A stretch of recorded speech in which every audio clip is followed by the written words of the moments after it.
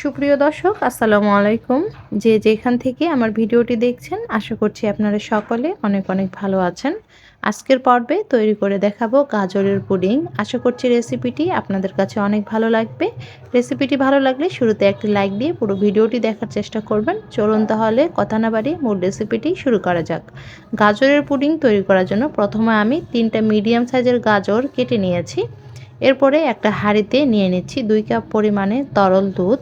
এখানে আপনারা গাজরের পরিমাণটা বাড়িয়ে বা কমিয়ে নিতে পারবেন, সেই আন্দাজে কিন্তু দুধের পরিমাণটাও বাড়িয়ে নিতে হবে। তো দুধ যখন ফুটে উঠেছে সে পর্যায়ে আমি গাজর কুচিগুলো দিয়ে দিচ্ছি, অর্থাৎ প্রথমে দুধের মধ্যে গাজরগুলোকে ভালোভাবে সিদ্ধ করে নিতে হবে। তো গাজর আর দুধ একসাথে নেড়ে মিশিয়ে নিচ্ছি। এরপরে আমি দিয়ে দিচ্ছি স্বাদ মতো লবণ আর দিয়ে দিচ্ছি কিছু চীনাবাদাম। এই বাদামগুলো আমি আগে থেকে ভেজে নিয়েছি। তো এটা অপশনাল, চাইলে নাও দিতে পারেন, তবে এই চীনাবাদাম দেওয়ার কারণে কিন্তু সুন্দর একটা স্মেল আসে, যার কারণে এই পুডিংটা খেতে কিন্তু খুবই ভালো লাগে।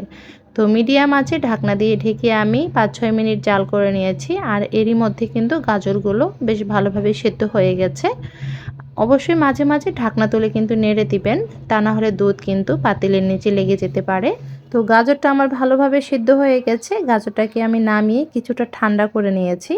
এরপর দুধ আর গাজর একসাথে আমি একটা ব্লেন্ডার জাগে নিয়ে নিচ্ছি, দেখতে পাচ্ছেন। এখন এই গাজরটাকে আমি ব্লেন্ড করে নেব, একটু মিহি করে ব্লেন্ড করে নিতে হবে। তো এই ব্লেন্ডারের মিডিয়াম স্পিডে রেখে গাজরটাকে আমি ব্লেন্ড করে নিচ্ছি, দেখতে পাচ্ছেন।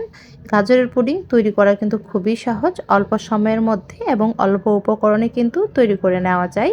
আর এই শীতের সিজনে গাজর কিন্তু অ্যাভেলেবেল, অবশ্যই আপনারা একবার হলেও ট্রাই করে দেখবেন। আশা করছি আপনাদের কাছেও অনেক ভালো লাগবে। তো যাই হোক, আমার কিন্তু গাজরটা ব্লেন্ড করে নেওয়া হয়ে গেছে। এরপরে এই গাজরটা আমি একটা হাঁড়িতে নিয়ে নিয়েছি। চুলার আঁচটা মিডিয়াম করে জ্বালিয়ে দিয়ে এরপরে আমি চিনি দিয়ে দিচ্ছি 1/2 কাপ পরিমাণে, আর দিয়ে দিচ্ছি গুঁড়া দুধ 1/3 কাপ পরিমাণ। এখানে গুঁড়া দুধটা কিন্তু অবশ্যই দিবেন, পুডিংয়ের মধ্যে গুঁড়া দুধটা দিলে কিন্তু খেতে খুবই ভালো লাগে। চাইলে আরও বাড়িয়ে দিতে পারেন, 1/2 কাপ পর্যন্ত কিন্তু দেওয়া যেতে পারে। আমি এখানে 1/3 কাপ পরিমাণে দিয়ে দিয়েছি। এরপর বেশ কিছুক্ষণ আমি রান্না করে নিয়েছি। এ পর্যায়ে আমি দিয়ে দিচ্ছি 3 টেবিল চামচ পরিমাণ আগার আগার পাউডার। যেহেতু পুডিং তৈরি করব, সেজন্য কিন্তু আগার আগার পাউডারটা দিতে হবে। এটা না দিলে কিন্তু পুডিংটা জমবে না। আপনারা চাইলে ডিমও দিতে পারেন। পুডিং কিন্তু ডিম অথবা আগার আগার এই দুটো দিয়েই তৈরি করে নিতে হয়। তো আমি যেহেতু এখানে ডিম দেই নেই, সেজন্য আমি এখানে 3 টেবিল চামচ পরিমাণ আগার আগার পাউডার দিয়ে দিয়েছি। এরপর আবারও আমি কিছুক্ষণ রান্না করে নিয়েছি। নামানোর আগে আমি দিয়ে দিচ্ছি 1 চা চামচ পরিমাণ ঘি, দেখতে পাচ্ছেন। ঘিটা দিলে এই পুডিংয়ের মধ্যে সুন্দর একটা স্মেল অ্যাড হয়, যার কারণে কিন্তু খেতেও খুবই ভালো লাগে। তো ঘিটা দিয়ে মোটামুটি নেড়ে চেড়ে আমি 1-1.5 মিনিটের মধ্যে নামিয়ে নিয়েছি।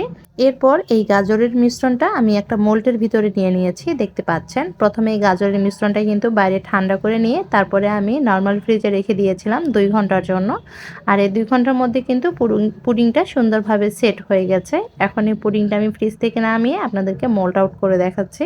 দেখুন এটা কতটা পারফেক্টভাবে জমে গিয়েছে আর কতটা সুন্দর হয়েছে, আর অনেক সুন্দর কিন্তু একটা কালারও হয়েছে। তো যারা কখনো এইভাবে গাজরের পুডিং তৈরি করেননি, তারা চাইলে অবশ্যই একবার হলেও ট্রাই করে দেখবেন। আশা করছি ভালো লাগবে। বানানো কিন্তু খুবই সহজ, দেখতেই পাচ্ছেন। ঘরোয়া কিছু উপকরণ দিয়ে খুবই অল্প সময়ের মধ্যেই কিন্তু তৈরি করে নেওয়া যাচ্ছে।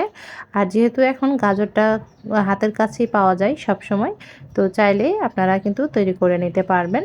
আর আপনারা যদি বাসায় এটাকে তৈরি করেন, আপনাদের এটা কেমন হয়েছে সেটাও কিন্তু কমেন্ট করে জানাবেন। আর হ্যাঁ, আগার আগার পাউডারটা কিন্তু খুব বেশি দেওয়া যাবে না, এতে করে কিন্তু অন্যরকম একটা স্মেল আসে পুডিংয়ের মধ্যে। এর পরিমাপটা কিন্তু ঠিক রাখতে হবে। আমি এখানে 3টা গাজরের জন্য কিন্তু 3 টেবিল চামচ পরিমাণ দিয়েছি। তো এই ছিল আজকের রেসিপি। সবাইকে ধন্যবাদ জানিয়ে বিদায় নিচ্ছি। আল্লাহ হাফেজ।